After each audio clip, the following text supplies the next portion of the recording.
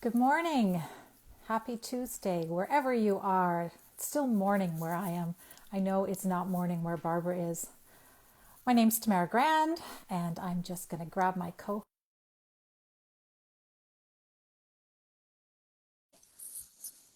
How are you, Barb? Here she is. Here she is. Definitely not morning. I'm in my afternoon. Well into your afternoon, it looks like. Yes, I am well into my afternoon. Has it been a It good? might be a little noisy. We got like serious construction going on outside, but hopefully you're not hearing like Oh, the beep, beep, beep of when trucks back yeah. up. And Well, it'll sound like New York. It'll sound like the big city, right? yes, it will sound like the big city. Which is Hopefully that's good great. for our guests. I hope so. I hope so. Good morning, Douglas. I'm seeing lots of friendly faces here. Patricia's here. Reva's here.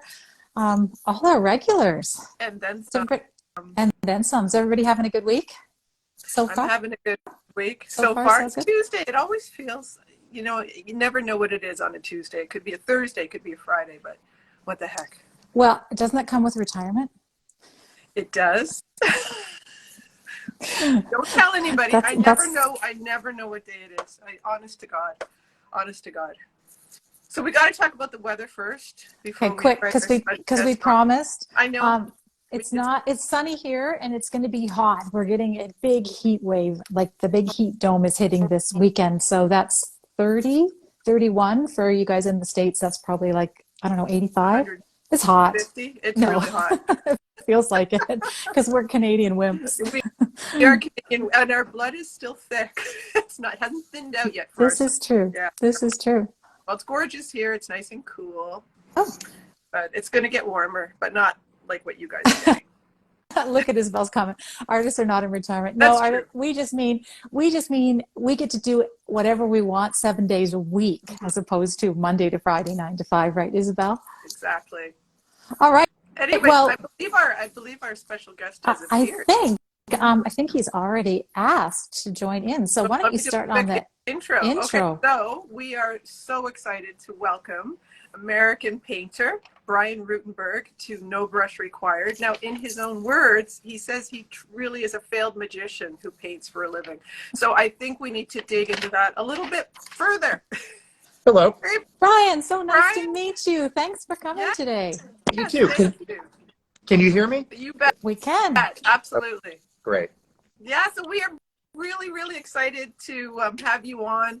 Thank you for kindly accepting our invitation, and it was a bit of a risk for us to do that. We had your book, Clear Seeing Place, as our No Brush Required Reads art book club at the end of March, and people loved it, and they said, "See if you can get him to come on," and we were like, "Really?" That's a big, Well, big ask, but we did. So we're really thrilled you're here. We thank you. absolutely are. I'm happy to be here. Yeah, good. And are you in New York today? Are you in your studio? Yes, I am. Yeah. Oh, you're in Wonderful. your studio. Noisy too. There's a chopper outside in the sky. Oh, okay. Yeah. So you That have a chopper. I have dump trucks backing up Yeah. perpetually right next to our building. So it's just It's road opening. noise. I'll Yeah. have a husband walking on the ceiling over my head Oh, probably in about 15 minutes. Okay. So if you hear that thud, thud, thud, That'll be that's what's going on in my house. yeah, yeah. Yeah. yeah. So you have to tell us first before we get started, what's the weather in New York like today? Yes, Because need we to know. love the weather and we love New York. Yeah. Well, Yes. on both counts, it is beautiful. It's kind of sunny today, and maybe 71, something like that. So Oh, pretty. perfect. Yeah. Perfect. And you've already walked to the studio today, I have. I've done my morning done your morning walk. and then my letter writing, and then to be with y'all. Oh, Oh, that's great. great. That's great. Great. Well, we're pretty informal here. We don't do this like serious highbrow No. interviews. We really like to have a meandering conversation. So we have a few things that we thought we would ask to sort of start the conversation flowing. And as we all know from your studio visits videos, you're a master storyteller.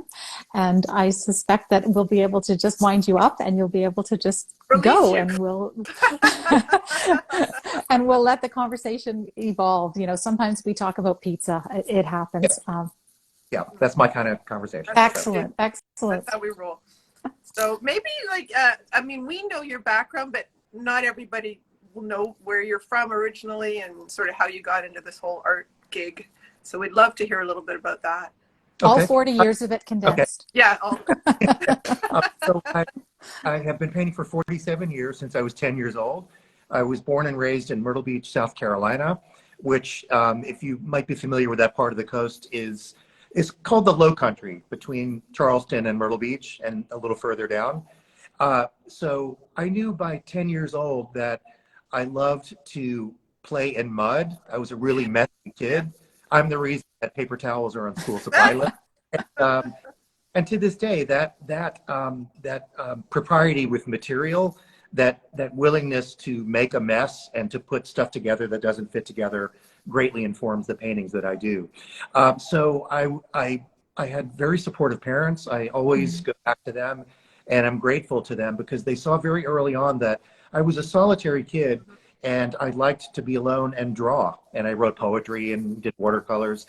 And rather than trying to resist that or push me, they plied me with materials, with magic markers and crayons and pencils. And so I'm very grateful to them. When it came time to go to college, the College of Charleston was my #1 choice because of the city of Charleston, which has history and culture and almost kind of a haunting, there's like a vibration under the ground, if you've ever been there, of the past, whether it's good or bad or both. You feel like you're walking on something that's living and breathing. Right. And College of Charleston is an excellent liberal arts college, and I was a fine arts major. And I was really fortunate that I was there at a time where this great synergy was between a painter like William Halsey, who is considered the dean of abstraction in South Carolina, and a British painter named Michael Tyzack. And both of them together, I think, it was kind of like, sparks. Right. And Synergy. synergy, yeah. Perfect. And I always say about the College of Charleston was the answer to every question I had was yes.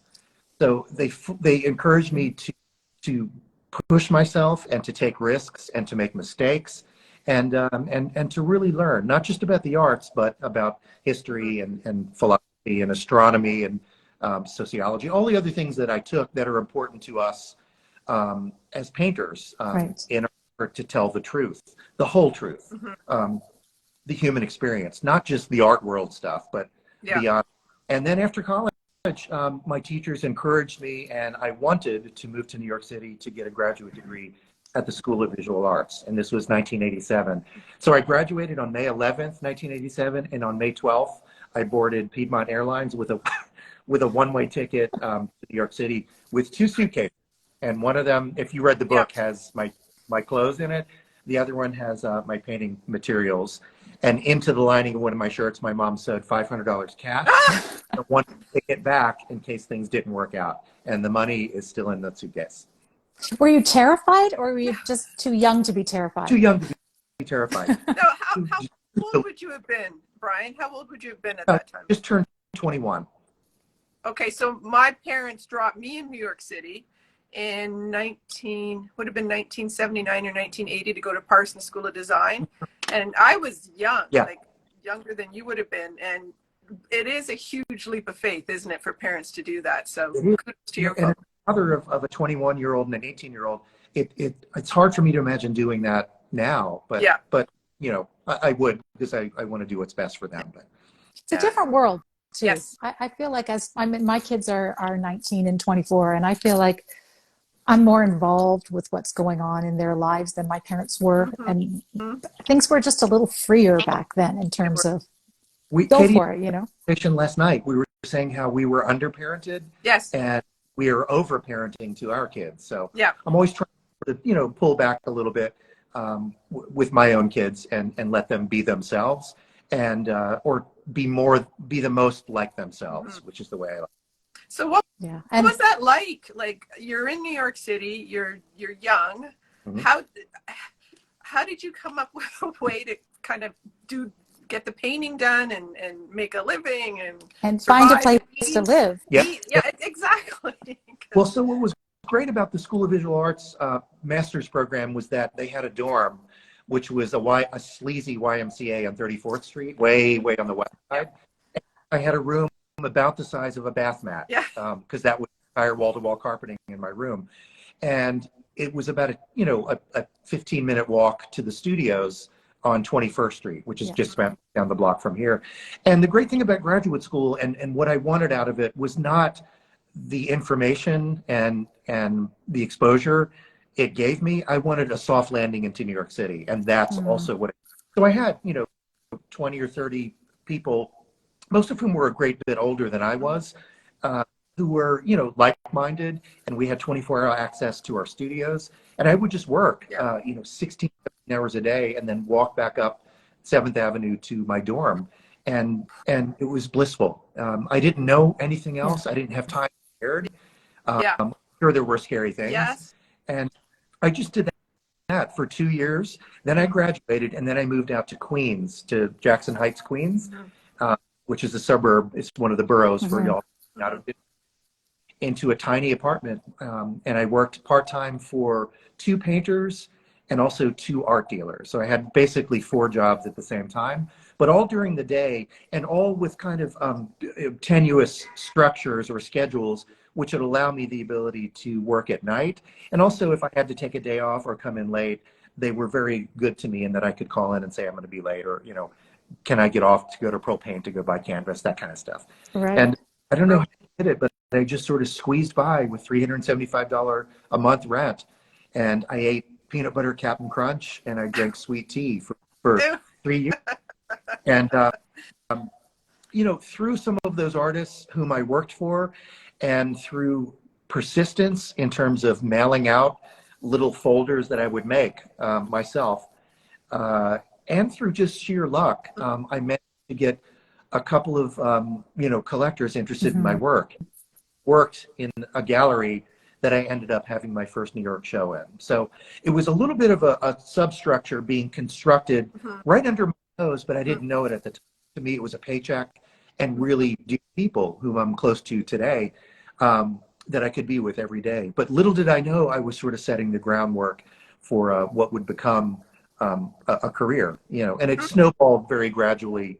As you know, there are not really any lightning strikes to speak of. There are just sort of gradual plodding through sequence of events. But I was determined, I was industrious, I was punctual, I was extremely polite, and I just managed to kind of put this thing together.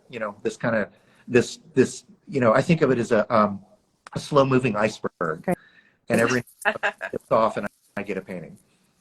Yeah. And so you never imagined doing anything else? Never. Yeah. That's amazing. Yeah. I can't imagine myself at 21 not having having known. Your delusion and naivete, but also the kind of single-mindedness that we need as painters. And the subsequent book to Clear Seeing Place, called A Little Long Time, isolates the 4 things, the 4 columns that I think a painter needs. And that is solitude, curiosity, effort, and delusion. Those are the 4 things. Delusion. I love that. Yeah. All equal though, right? Delusion should be the greatest, right? Yes. And I use the analogy of a mountain range. If you see a mountain in the distance, it just looks like one form in the distance. But as you get closer, you realize it's made up of individual peaks, one next to another, next to another. And those are the 4 peaks that we have to sort of see from an aerial view. Right. The solitude part is interesting. I mean, we've talked about that. The ability to lock a door. I think that's at the beginning of your book, and that really struck me because we all, a lot of us who are involved with No Brush Required and our usual audience, a lot of us had other careers before we got into art. Yeah. So this is something that many of us came into a bit later in life, and studios are always something we talk about, and the whole concept of you do need solitude, even if you have to carve out some little space where nobody else is allowed for a good chunk of your day. It's important. Fully, and that's what I try to expound on in the videos. I show me sitting in this chair with that background, with my door locked. You have to be able to allow yourself the permission to make mistakes and to try things that might completely fail, and also to block out the world. And that's not to say that don't listen to current events and news and all those things. You have to remember that you're not only the maker of your painting, but you're also the first looker of your painting. Right. And you can fall in love with the sound of your own voice more easily when no one else is listening. And I think that's the important part, is to fall in love with your voice. And that's the hard part, is to find that voice. Well, something we talk about a lot here too is that balance between solitary and input, because, you know, as much as we all love having our own studios, Barbara and I, for the first time, we've only met once in real life, and it was at a workshop in New York City. And we left that weekend workshop just buzzing because we had been in a room of 18 other artists and sharing ideas and showing each other our work and troubleshooting and trying to find, you know, a balance. And do you have something like that in your practice, people that you interact with that way? I do. Most of my closest friends tend to not be artists, though. With less that way further back, when we would have studio visits more often, when I would invite people in or be invited. I still do a good bit of that, but not as much as I used to. And I think the art world has become a little bit more cutthroat, more competitive, spread out, at least in New York City. And we're isolating in a way. And that was another impetus to do the videos, to show people through technology that you are not alone. That we are all here too. We're all part of this thing, this big lumping, you know, living, breathing thing that we call the craft or the industry of painting. I do share studio space here with 4 other painters and have the early 1990s, and that's from a practical standpoint, because it's so expensive here. We found that if we rent a large space and divide it up into private, you know, rooms like I have, it's much more cost effective. And then we do get the camaraderie of, you know, have and some cheese, you know, once a month, and we talk about just stuff, you know, just being painters and, you know, the subway and just, you know, all the annoying things of life. But it's important to look eye to eye and realize that we are not alone. So I commend you for having this group and for using technology to put that out into the world. Well, we started this during COVID, during the lockdowns, because we thought, Tamara and I connected on Instagram, and we thought, you know what, let's have a conversation, but let's go live and do it. Like, just because why not? Because that's what you do. Live. So we did, and it evolved from there. And we've met the most incredible people, yourself included, and we've been able to meet a lot of the people who have been part of this in person, and you just make those great connections. So never been a better time to do what we do, because we have access to so much information that we can choose to assimilate or block out, but we have the choice. And we have technology, so I can put images of mine on Instagram, and in moments, you know, they're all over the world. And I get calls constantly and texts from people, you know, in Mumbai or Hong Kong or, you know, Santa Fe or whatever it is. And it's so exciting because there are so many of us out there. It can only make us better to compare experiences. So it sounds like you don't have a love-hate relationship with social media like so many of us do then. You're able to use it the way you want to use it and walk away. I use it exclusively for the dissemination of my images and the promotion of my, not anything else. Right. So you don't get stuck in doom scrolling. Nope. Oh, you're strong, man.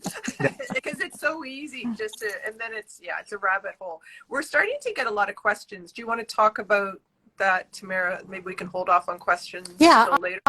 If you don't mind, Brian, we can continue our conversation. Then we can ask for questions a little later, because we do find it's, I don't know if you've noticed, things start to flip up on the screen and you're reading them and they disappear. So we will, for everybody who's watching, we'll save some time at the end and we will ask you for your questions, and then we'll, you know, focus on those at the time. That would work great. Where else did we want to go? So one of the things we often talk about with our guests is their process, and you've shared lots of that online, but not necessarily everybody who's watching this will know. And so take us through a day in studio, or actually, what's a typical day? That's always the best. And then leading into the experience of the painting, you know, the creation of a new piece, and those things kind of dovetail together for a lot of us. Okay. And that's an important topic, and I do like to talk and write about that. It's very important for us to have limitations. Art is the magnification of limitations. So what you want to do as a painter is to craft your day in the most banal and repetitive way possible. I'm not a believer that you have to, hang glide and zip rope or expressive, content. I'm a believer in the most boring life possible, so that you have the ability to focus everything into your process in your studio. So I wake up about 7:40 every morning, and the first thing I do is swing my legs out of bed, and I sit on the edge of the mattress, and I just sit there. I make no decision whatsoever, and I sit, and all of a sudden, it's like magic. I stand up and go. But the cool thing is that it's such muscle memory. It is analogous to painting in that no decisions necessary, really. I just sit there, and then all of a sudden, muscle memory takes over. Yeah. So I look in the mirror, and I decide which one of the 5 village people of the day, like that. If I want to be in control, I might be the police officer. Yeah. If I want to be a leader, I might be the Native American chief. Mm-hmm. If I build things, I'm the construction worker. If I just want to take care of shit, then I'm the police, the military, the army guy. Who are you today? Today, I think today I'm the construction worker today. Oh, okay. Yeah. So after that, I go to my local gym for about 20 minutes. Not every day, most days. And then I meet a couple of actor friends for oatmeal and coffee at the diner. And it's a Seinfeld little tableau. Talk about politics and family and everything. And then I get here about 9:30. I spend about the first hour on paperwork and correspondence and whatever I happen to be doing at the moment. And I have my table set up as such that I can see the painting wall over here, and then sort of cogitate what I might do that day just in glancing up and looking at the painting I had worked on the previous day. And then I put everything down, and I get up and I start just the sort of the menial tasks of cleaning brushes, mixing paint, putting out the palette, sweeping, those kinds of things. And I find that before I know it, I'm into the heat of putting skins of paint on paintings. And I set my schedule up so that I do generally 2 or 3 solo shows per year. They're scheduled years out in advance, so I know exactly where I'm going to be in advance. And I do the body of work for one specific show. And it takes about 6 to 8 months to do that body of work. So I'll be working on 10 to 12 paintings at the same time, which I find beneficial because I can problem solve much easier. If something doesn't work in the purple on this one, it might work in the green on that one. And rotate things all day. They tend to dry easier or quicker if I'm not working on them all at once. Right. And then at the end of 6 or 7 months, I hopefully have one lucid, chromatically related body of work, and that will be that. And I leave here usually about 6:30, and I go home, and the first thing I do is kiss Katie, and then we have a glass of wine and dinner. And our kids moved out this past year, so we're empty nesters. So we watch like Knicks basketball or The Crown or something on TV. Yeah, we'll have to ask you what you're watching on Netflix now, but later. I like. Yes. Yeah. No, it makes a lot of sense. No, I was curious about how many paintings you're working on at once, because this comes up a lot. Some of the people we talk to like to work in series and have a whole bunch of panels or canvases ready to go, and other people are very diligent about working on one piece and forming a relationship with it before they move on. So it seems like people sort of fall on one end of the spectrum or the other. Yeah. I recommend the former, of working on a lot of things at once, because it also it tends to. It might alleviate the burden of being self-conscious or being. My teacher used to say, you want to invent a consciousness, a way of seeing the world and being in the world, but you don't want to be conscious of your consciousness, because then you're aware that you're making art. Yeah. And as soon as you think, oh, I'm making art, you're doomed. Yeah. Don't think of it as making art. Think of it as making things, because it's much easier take a box cutter to a thing and slash it to ribbons, which I do all the time, than it is a work of art. A work of art can be that's precious and iconic, and you have to get it right, otherwise suffer mediocrity. And so many people I come in contact with are timid and afraid of messing up, of screwing up. Keep a messy studio with stuff all over the floor and multiple things happening at the same time, because that allows things to cross-pollinate. Ideas and materials will mix in ways that you may not have planned before if your studio set up like a sushi bar with everything very clean. You want stuff all over the place so that you can put things together that don't fit together. And that to me is where creativity comes into being. And you see it with like jazz cats like Dizzy Gillespie or Count Basie. They're pulling all sorts of source material into this one mode of thinking, and then they simply invent, with that soup that they make out of all these ingredients. I like to always think of not painters, but other musicians. Or, Right. Or chef, if you look at a chef's kitchen, it's probably a mess until it's cleaned up time, right? Yes, I agree. So when you're doing things outside the studio, are they non-art related? Are you reading things that aren't related to painting? Are you listening to, you're listening to music, you're doing things that allow your brain a break from the painting, but it all sort of feeds back in? Yeah, I always think that the way into painting is to get out of your studio. Often the greatest discoveries or clarifications of what I do occur in times when I'm not painting or thinking.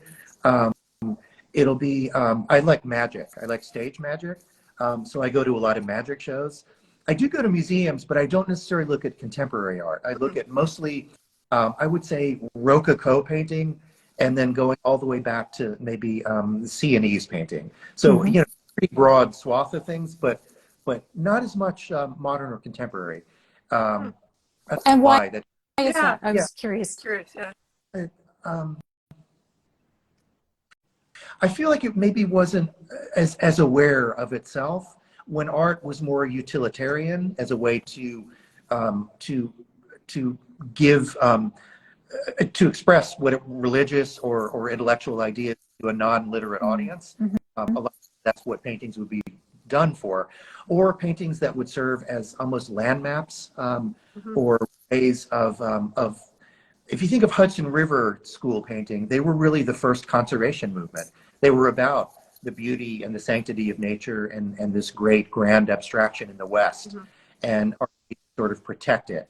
So it wasn't really art about art, it was art about other things, and that's always what I did most.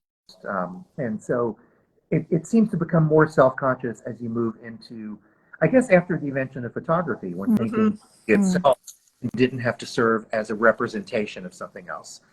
That's sort of where I sort of sometimes get off the boat a little bit and explore, and then come back to it as well. I'm a student of art. You are a big art history buff. Like, we are inundated with images, like constantly, TV and our phones and computers, and we are just, and I can see you wanting to go back further in time just to kind of get away from that, where images were less available, right? Yes, and teach me about myself. And case in point is Rembrandt's last self-portrait. I want to say 1668, maybe. It was at the Met here. Still be up. The one. It's that. It's that old, weather-beaten, teary, rosy carcass of a human being, like staring right at you. And I was, where I usually stand, about 4 feet in front of it. Last winter, and there was nobody in the room. It was completely quiet, and I realized that he was telling me something. He was telling that I realized that in my 20s and 30s, I cared all the time what people thought about me, and then in the 40s, I decided I don't care what people think about me anymore. And now I'm in my 50s, and I realize that no one thought about me. So, which is a comfort and yet not. Yeah. But it taught me that there's a humility and sort of a nakedness to when you put a painting into the world, you are exposing your insides to other people's outsides. So please make it truthful, make it honest. Don't worry about what you think market trends might be interested in. My teacher used to say that time, not the market, determines quality. So it takes time, and it takes diligence. It takes long, repetitive plodding through a little inch at a time in this process. But tell your truth. And I think art schools do us a disservice in that they pressure art students into thinking that everything has to sound profound and intellectual and be, perfectly, put into a press release. That sounds really smart and global. That's not what the viewer wants. A viewer or anyone experiencing a work of art, you simply want to look into the heart of another human being, and that's it. And it's so primal that you don't have to use all of the fancy artsy-fartsy words or have broad concepts or have great ideas. Great ideas don't make great paintings.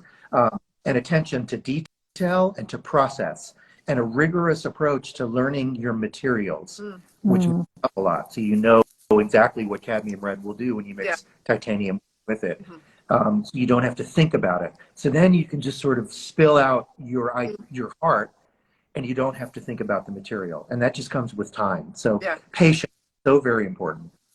Yeah, patience. Yeah, and I love that. Yeah, just in repetition, just keep going at it. Well, that becomes muscle memory too. Your color mixing and the expectation of what's going to happen when you do something. It's just like you're standing up out on the side of your bed every morning. Right. And remember that there is nothing new under the sun. Right. And it'd be fun if there was. Everything is sort of an iteration or a response or a refusal of something that came before. And once you know that, you feel total freedom, I just stand on the shoulders of painters that came before. And that's really cool. That feels really good. I don't want to try to be new.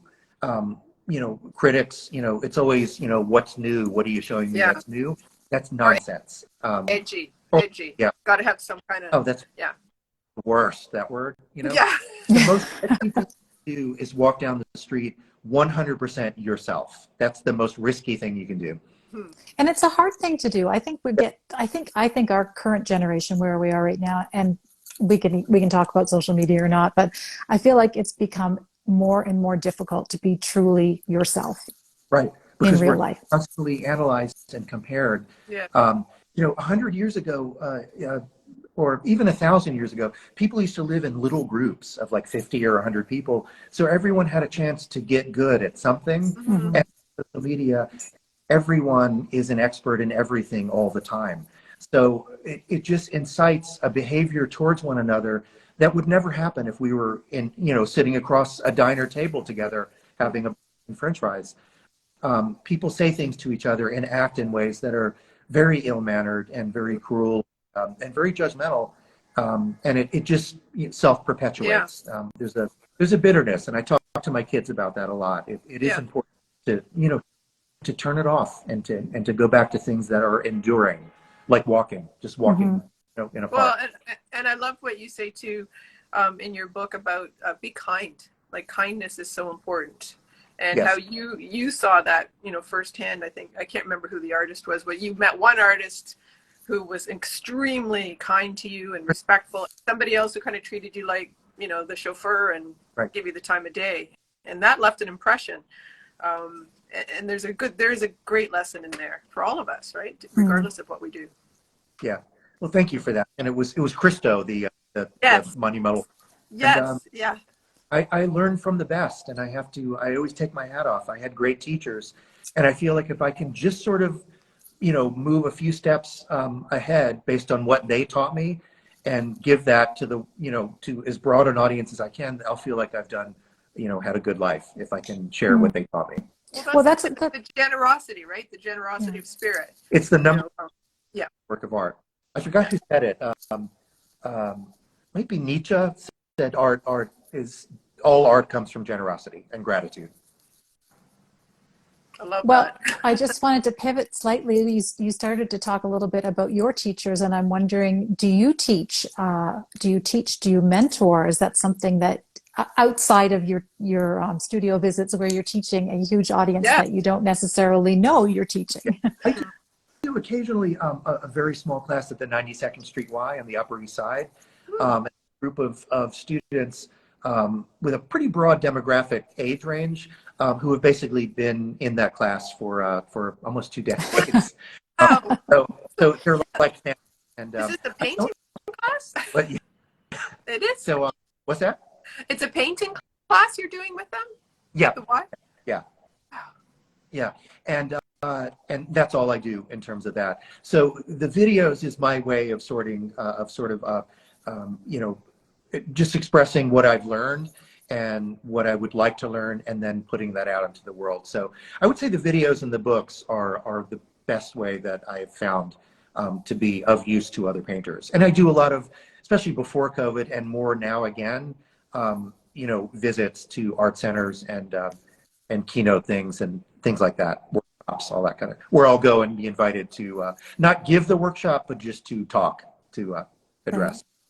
Do Yeah. you find that the writing and the creation of the videos helps your own process too? Is it a way of sort of, you know, filtering through, reflecting on what you've done, how it, you know, a lot of people will say that when they journal, that's how they actually learn things from about themselves and about what they're working on. Yeah. Yes, and it's a emphatic yes for both of them. The videos help me to clarify my ideas for myself. They help me reach back into my childhood or my experiences in South Carolina and bring those things to bear in relation to the experiences I have here in New York City, and to try to put that together in a way that might help other people both look back and look forward, but at the same time be here where they are, present tense. And I'm working on a fourth book now, actually, and it's sort of going to rotate around the idea that a painter should be able to describe his or her work in 5 words or less. That notion of distilling to just a handful of words, the more simple, the better. Take like 5 index cards, write important words that have to do with a place you might find important, or where you first knew you wanted to be a painter, maybe a color you like, a food or experience that is deep in your soul, anything that relates to your work, and then move those 5 index cards around in different orders, and then try it on a piece of paper, write down and write and whittle and edit and get it down to 5 words or less. And I find that crystallizing that and simplifying your intention as a painter helps you to then magnify that. And that goes back to the of restrictions. You have limitations and walls in order to invent. If you remove the walls, then everything is beautiful. Everything is a work of art. And if everything's a work of art, then nothing's a work of art. You have to reduce it down to just this. And then within these limitations, then you can invent. So it's important, I think, to 5 words or less, decide what your intention is and write it down. It's so important to write for us as painters. And it doesn't have to be profound or good, and no one has to read it, but you have to be able to clarify it in words, because we are verbal. Sometimes people do have to read it, like, you know, artist statements and exhibition notes and things. By me than some, some critic who's just paid to be, to sound like a PhD and stuff. I've had writers write about my work, and I love, and I'm so grateful for all of them. But I found when I started writing about it, it got much more to the meat of the matter, and it just gives a dealer or a collector or a reviewer or a critic much more clear information if they have words from the artist directly. So no chat GPT. What's that? No chat GPT. Oh my God, AI. Oh, there's another episode, right? We could talk about that. Yeah. But it also gives you a chance to insert your personality. I mean, I found your book hilarious. Like I did. I don't know if it was meant to be, but I was chuckling along, and just like your little anecdotes and just Lots of tongue in cheek. Yeah. Lots of tongue in cheek, and it just made it very real and very relatable. And I've recommended the book to my friends who are not painters, just because I think there's something in there for everybody, just about the way you live your life and treat others, and one door opens to another, and just so that's off to the writing. I speak, the way that I am. I grew up on Steve Martin and Bob Newhart and Woody Allen and George Carlin. Yeah. So I appreciate, tongue in cheek and, or an irony and all those things. Well, and it's the layers. It's the layers too, right? It's not just art. There's other life experience layers that are in there that are fun for people when they see them, like little Easter eggs almost. Yeah. And part of the sandwich that is an artist, It's not the front side of the sandwich, it's the side where you see slice after slice after slice that makes up a human being. You know, all the disappointments and sorrows and ecstasies that I in my years on this earth. Every bit of it is in every single brushstroke on the painting, because I let it be. I don't self-edit. I don't think, is this going to be good, or is this what the audience wants to see, what's expected of me? I think, is this my brain to my heart to my hand with a nonstop, electrical impulses going back and forth. Any moment of doubt or uncertainty, then I stop and then I back up and I analyze and think. But when I'm working, I turn off that ticker tape. Do not think as you're putting paint on a canvas. Did you have to learn? Did you have to learn this? Was there a time in your Yeah. painting career where you couldn't do that? Yeah. Where you Yeah. I mean, when you're in school and when you're learning and just in galleries and stuff, and especially when you get like that first review, then or especially a good review, you think, oh my God, maybe I'm onto something here. And then it's that really terrifying thing, what you think people are going to like. And then the second review was not as good as the first, because it did repeat what I thought people liked. And it wasn't true to myself. And the spectator is always smarter. They can pick up stuff. Always, never underestimate your viewer. They're really smart. And they can pick up on BS when they see it. So that's why it's important to tell the truth from your heart. Because I think if you do, I think people can notice it and can sense that there's a human being on the other side of that brushstroke. So I did have to learn that. And that just came time after messing up and destroying everything I made, and then start destroying everything I made again over years and years and years and decades. I eventually learned that, you know what, I'm trying too hard. And that's the worst to do, is try too hard. Don't try. You just simply walk up to the canvas and then start applying paint, skins of paint, and then back up, put your hands behind your back, and then you apply and paint, and then turn it off. It's a skill. It is a skill. What are your thoughts on rejection? Because this is something that I think every artist deals with. And, how did you deal with rejection in the early days? It was showing your really hard. I remember being bummed out for days. I would send out hundreds and hundreds of packets of slides a year, and 99.5% of them came back with rejection letters. And it's horrible, You feel like, oh my God, it's maybe I'm just not doing, maybe I'm not good at this. But then I started to realize that it was a good thing, actually, the notion of rejection, because it was girding me to retreat further and further back into what made me want to be a painter in the first place, which had nothing to do with exhibiting. I never intended to do this. Right. I just knew that I felt the most like myself when I was standing at the edge of a lake or an ancient river in South Carolina, looking across to the other side, and then projecting myself in my imagination to all the sticks and mud and moss and all over there while I stood here. And that's essentially what I've riffed on for 7 years, is that moment being inside and outside simultaneously. And I realized that that's mine. That's what I own, and nobody else owns that. And that's where I'm going to start. That's my story, and that's what I'm going to tell. And then all I have to do is just get better at telling the story, meaning more clear with paint, learning my materials. But there's a section in the last book called A Little Long Time, which addresses rejection. And I decided to look at the word rejection from a different angle. Like if a kid locks you out of your car, the problem isn't the car door, the problem is the kid. So you have to look at the problem from another side. And I realized that I was comparing my insides to other people's outsides. Yeah. And that dangerous social media smoke that we get into. We compare ourselves or feel like we don't sort of, aren't as good or happy or whatever it is what else we see out there. An expert in writing and looking at art, but they're one opinion. It's one subjective opinion based on years of experience. But again, at the end of the day, it's just one person. I'd much rather paint for myself first and then for others.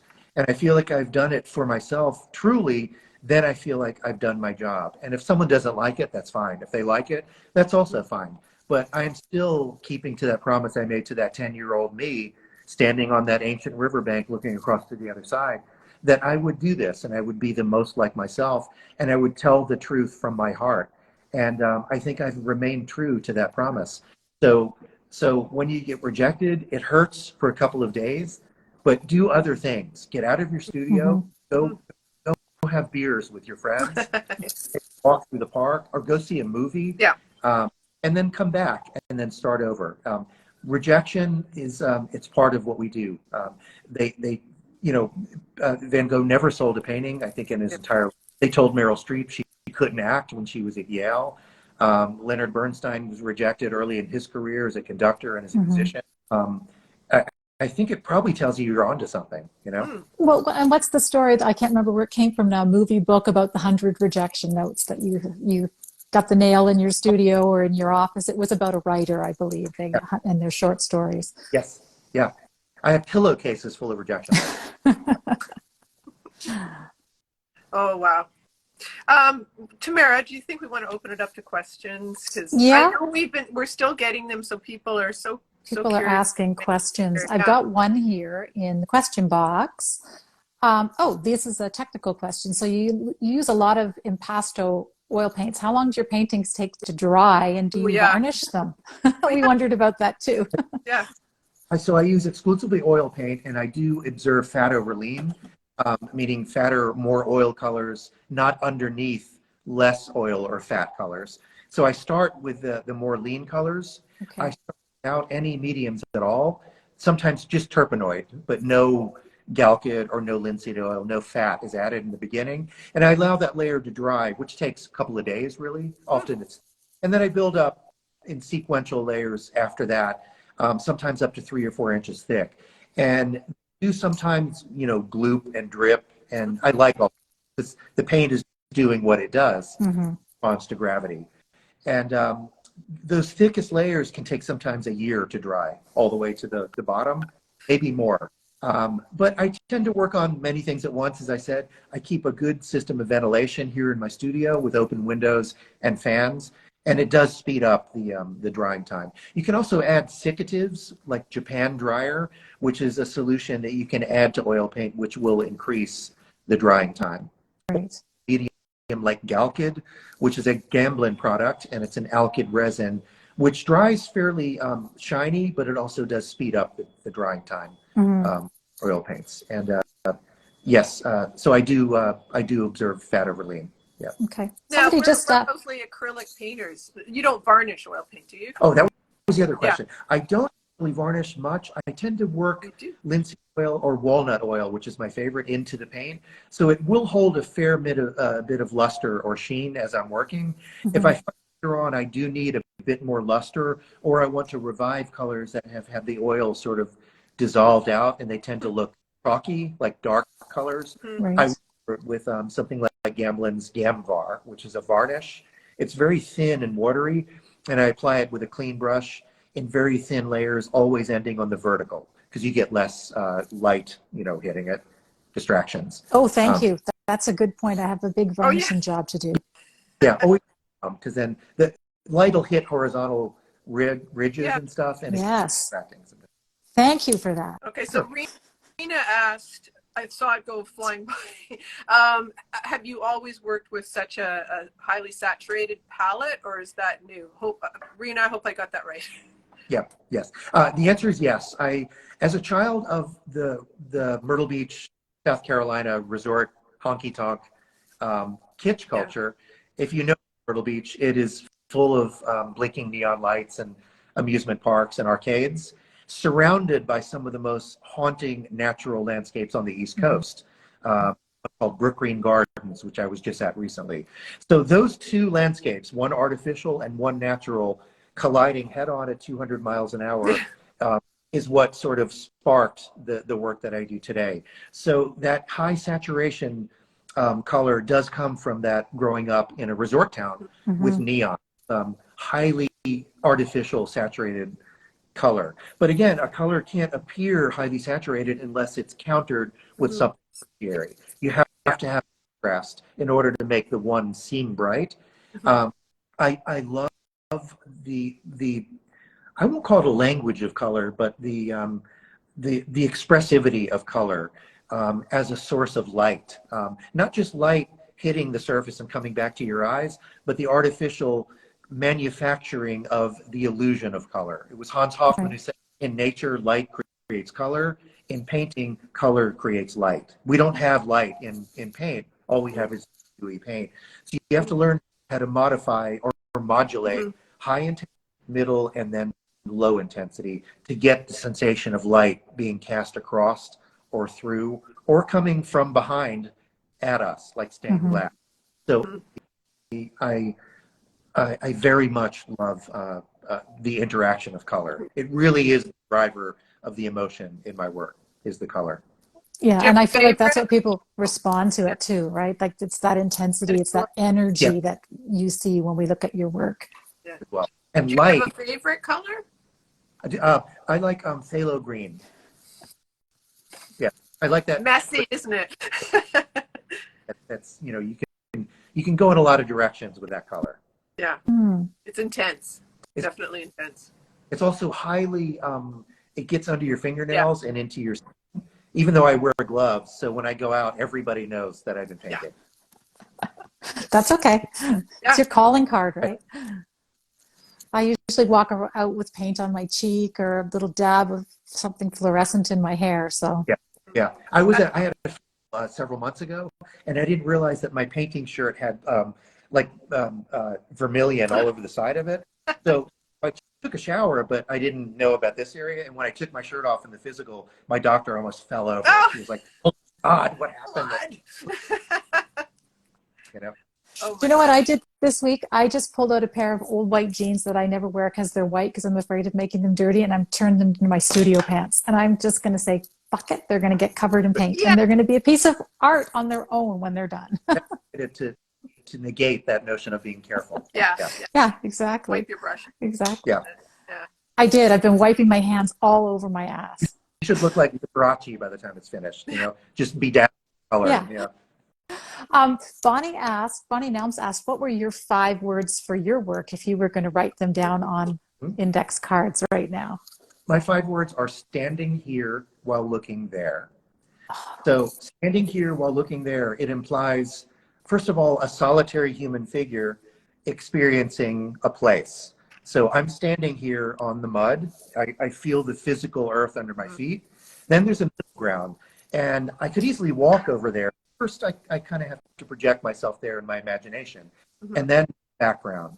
And I can't walk over there because it's too far, so I can only mentally project myself over there. So what you have are 3 layers of spatial information: foreground, middle ground, and background, compressed into a single view. So I have to imagine being there while I'm standing here. So the content in all of my work is a direct function of how near or far away something appears from your face. And that's it. That's everything I do can be those 5 words. When you're now I'm adding this question, I apologize to anybody else who has some, but when you're painting, and you consider yourself a landscape painter, if I'm not mistaken, right? Yes. Are you thinking of a particular landscape or do you have a photo reference, or are you just almost like the essence of a place and you're reconstructing it for your canvas?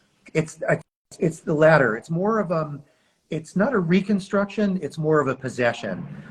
I think it's not about remembering an experience, it's about totally possessing an experience. To do that, I have to remember that promise to that 10-year-old me standing there, feeling 100% in my skin and like myself in that moment. And I still remember it.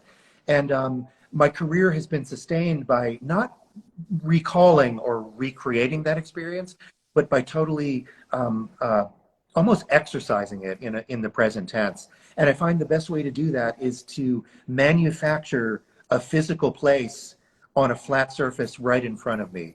And I've written this before. I don't paint South Carolina. I manufacture a place, and South Carolina becomes it. So it's almost a backwards way of coming into the landscape that I grew up in.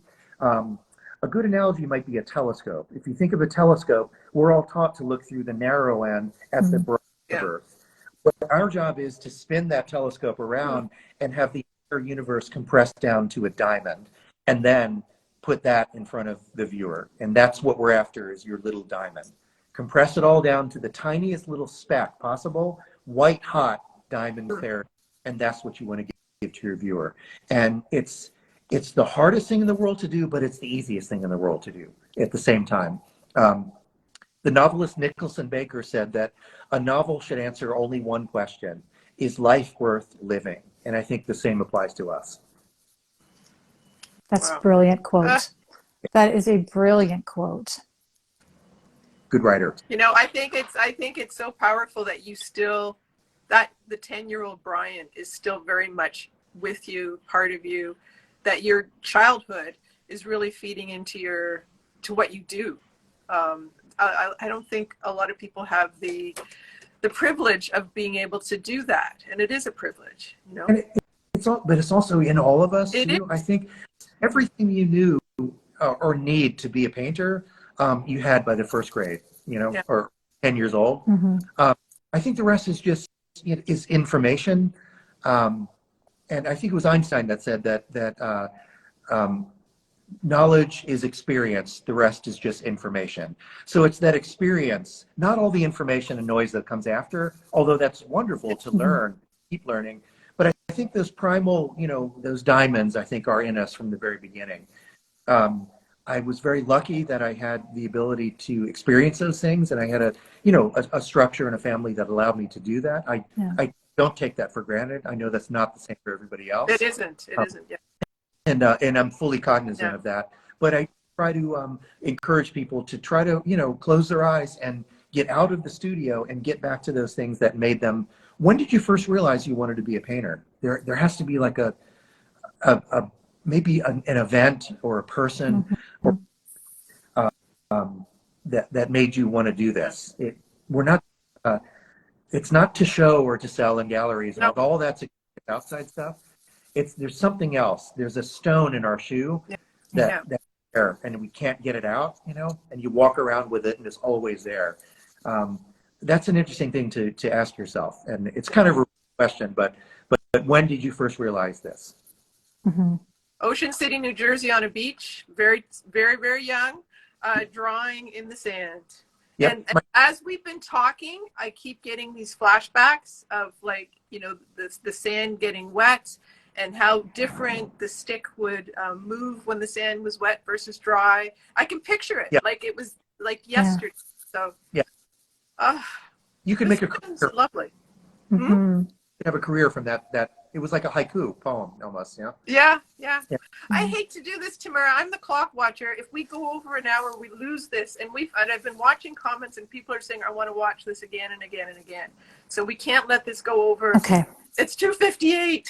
We always save the replay. It's on my feed, it's on Barb's feed, and I upload it to YouTube because I don't trust that technology isn't going to lose things for us, because it's lost things on us before. But thank you so much for being here today with us, Brian. It's just been a complete joy to hear your thoughts and to meet you, and you're incredibly generous. We really appreciate it. We're so grateful. Thank you for your kindness. Okay. And thank you for your kindness too. You're welcome. That's a Canadian thing. Yeah. All right. Take care. Have a great rest of your week, everybody. Take care, everybody. Thanks for being here. Bye-bye. Bye-bye.